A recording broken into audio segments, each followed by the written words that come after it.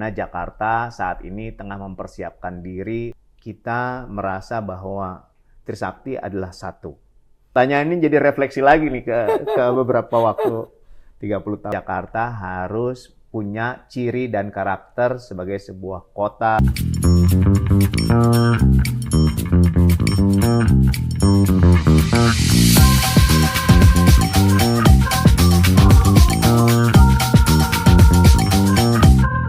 Hai Iti gengs, kembali lagi bersama Sita Kusuma. Nah, hari ini aku udah kedatangan tamu yang super keren. Senior aku yang ganteng, hebat, baik hati, pokoknya super deh gitu. Tepuk tangan dulu dong. Bang, terima kasih banyak waktunya. Aduh, maaf merepotkan. Sama-sama. Sarangnya bang. Soalnya gak enak nih, seniornya jauh soalnya. Bang, izin banget, boleh ceritain gak sih kegiatan abang sekarang tuh apa ya bang? Ya, pertama nama dulu. Iya. Ya. Nama saya Iwan Henry Wardana. Saya Kepala Dinas Kebudayaan Provinsi Daerah Khusus Jakarta. Wow. Keren. Ya. Terus izin bang, itu kegiatannya apa sih bang? Ya, kegiatan kami lebih mengarah kepada kegiatan aktivitas pemajuan kebudayaan di Jakarta. Di mana Jakarta saat ini tengah mempersiapkan diri untuk ditinggalkan statusnya sebagai ibu kota. Jadi Jakarta harus punya ciri dan karakter sebagai sebuah kota besar, megapolitan yang memang harus diisi dengan aktivitas seni dan budaya. Wih, keren. Bang, izin aja ya bang ya. Dulu kan abang nih izin angkatan berapa sih bang, kalau boleh tahu? Saya masuk Trisakti, Fakultas Ekonomi Bisnis tahun 93. 93. Nah, izin bang, dulu abang aktif nggak sih bang? Kayak di BEM, terus atau misalnya di himpunan gitu Ya. bang? Dulu itu namanya Badan Perwakilan Mahasiswa. Jadi Badan tahun 95 itu saya aktif dan terpilih sebagai anggota BPM, Badan Perwakilan Mahasiswa. Mungkin sekarang namanya BEM ya. Iya. BEM. Terus aktif juga di himpunan dan senat kemahasiswaan. Oh, di senat tuh keren. Ya. Organisasi harus zaman Harus mahasiswa ya. Terus bermanfaat nggak sih bang? Maksudnya ada relevansinya nggak sih ke dunia kerja gitu? Ikut organisasi di kampus? Ya, ternyata keorganisasian itu menjadi satu tantangan tersendiri. Kenapa? Kalau kita tidak punya skills untuk berkomunikasi dengan pihak luar dan hanya mengandalkan kayak kuliah begitu, datang kuliah, mendengar materi pembelajaran dari dosen, ya rasanya tidak ada hasilnya yang maksimal.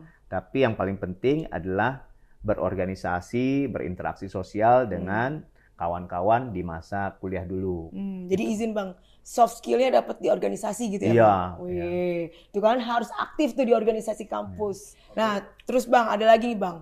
Kan 98 kita kan reformasi tuh bang. Izin sih kita masih SD. Nah, waktu abang 98 tuh gimana tuh bang di kampus? Ya, kami pada masa itu selain aktif di organisasi kemahasiswaan, memang menjadi saksi hidup, bahkan bisa dibilang aktivis yang sampai dengan saat ini masih hidup untuk terlibat di masa reformasi tahun 1998. Itu memang bisa dibilang sebuah insiden yang sebenarnya disiapkan dengan perencanaan yang baik, namun tidak menyangka akan ada sedemikian masifnya pasukan dari pihak keamanan merangsek masuk ke dalam kampus. Sehingga gerakan reformasi total yang diinisiasi oleh mahasiswa mencapai puncaknya, dan ya beberapa kawan sahabat kita pada masa itu banyak yang terluka, hingga akhirnya ada beberapa kawan kita yang gugur, dan itu menjadi satu keprihatinan dari kita semua, hingga benar-benar secara solid kita masuk ke Senayan untuk membalikan sebuah rezim pada masa itu. Pada masa itu ya bang. Maaf, izin bang karena kita belum terlalu tahu waktu masih kecil kan. Tapi memang Trisakti jadi universitas reformasi ya? Ya, kita bisa dibilang sebagai sebuah kampus yang mempelopori upaya-upaya reformasi total dari sebuah negara yang besar. Artinya bagaimana memberikan sebuah otonomi secara khusus, misalnya kepada daerah-daerah yang tadinya sifatnya centralized dari pemerintah pusat menjadi decentralized. Kemudian juga kita menuntut hak-hak kita sebagai warga negara untuk memberikan perubahan besar terhadap nasib bangsa pada masa tahun 98. Buat orang yang mengalami dan terlibat di dalamnya, itu bukanlah hal yang menyenangkan gitu ya, karena menjadi bagian yang tadinya direncanakan dengan baik dan merubah semua kondisi menjadi tragedi nasional gitu ya. Ini buat kami-kami pada masa itu merasa begitu tergerak, khususnya mahasiswa-mahasiswa yang punya niat sama untuk menuntut kepada pemerintahan pada masa itu. Dengarnya aja langsung kayak gitu ya. Iya, apalagi yang merasakan coba. Iya. Waktu itu Sita aja masih SD Bang, kayak merasa mencekam gitu ya. Apalagi Abang yang terjun langsung bersama teman-teman pada saat itu pasti mencekam banget rasanya ya. Iya. Ada solidaritas antar mahasiswa, kita tidak lagi ada batas apakah itu FEB, apakah itu fakultas hukum, arsitektur, landscape, kemudian geologi, semua menjadi satu dengan niat yang sama. Nah, pada saat itulah kita merasa bahwa Trisakti adalah satu. Tidak ada berpikir bahwa mahasiswa-mahasiswa ini punya latar belakang yang berbeda, kemudian bahkan dari ras yang mungkin yang berbeda, karena ada yang misalnya ada dari Arab, ada dari Tionghoa, semua tidak ada. Tidak ada. Kita melihat bahwa kita adalah sebuah negara atau sebuah kampus dengan konsep kenegaraan Indonesia yang mini pada masa itu. Kita berjuang menjadi sebuah kekuatan mahasiswa yang menggerakkan mahasiswa-mahasiswa di kampus-kampus lain, hingga yang terjadi di Senayan itu seperti yang kita lihat itu. Sehingga dalam waktu kurun satu minggu itu sudah terjadi luapan kemarahan yang luar biasa dari mahasiswa itu, kurang lebih di Senayan ya. Ya kurang lebih lah ceritanya. Dan mengukir sejarah ya. Pertanyaan ini jadi refleksi lagi nih ke beberapa waktu. 30 tahun lah kurang lebih. Iya kurang lebih 30 tahun lalu ya. Ya ampun, dengarnya aja deg-degan ya gimana ngerasainnya. Nah, last question nih Bang. Abang lu nongkrongnya di mana sih? Ya, yang membedakan adalah dulu waktu saya masuk kuliah di tahun 93, saya 94 udah bekerja. Jadi saya kuliah sambil bekerja. Jadi kalau ditanya nongkrongnya di Trisakti di mana, agak terbatas karena biasanya saya pagi sampai siang itu bekerja dulu. Ya ceritanya begitulah, susah ya. Tapi kalau dibilang nongkrongnya, saya tahu ada beberapa tempat seperti di Belma, itu saya suka datang. Dulu namanya Belma, Bapongga, di bawah pohon mangga. Kemudian ada Wendy's, itu Wendy's itu warteg enak di samping Seng, itu kan bagian dari cerita. Kemudian juga dulu ada kampus, kalau FEB itu di kampus Gedung S ya. Gedung S, terus ada di Gedung L. Dulu kami biasa hangout, kemudian ya chit-chat dengan beberapa kawan-kawan, bukan hanya FEB waktu itu, banyak sekali fakultas-fakultas lain ikut di dalam organisasi kemahasiswaan. Wih. Dan alhamdulillah sekarang masih kumpul nggak Bang? Masih.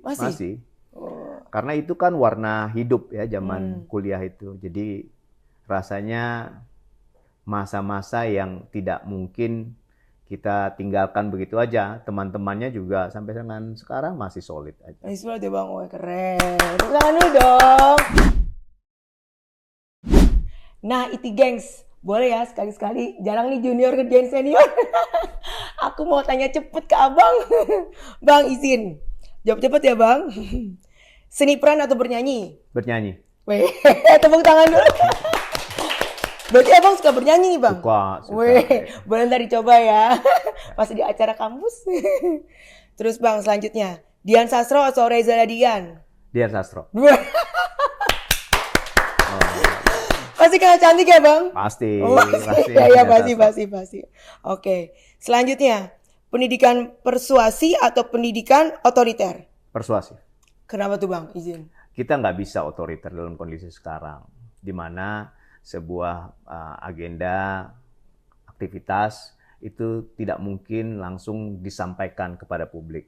Publik harus terlibat di dalam sebuah kebijakan dan pemerintah harus ikut ambil bagian dari mendengar masukan, saran, bahkan kritik yang konstruktif dari semua pihak, termasuk masyarakat.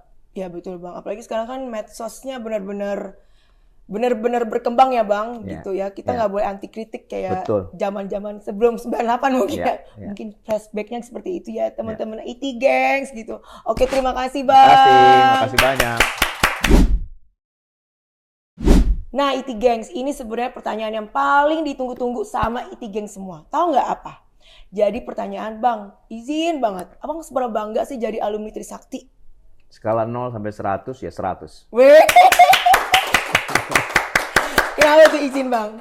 Iya, jadi bagian dari perjuangan reformasi itu benar-benar masuk ke dalam aktivitas keseharian.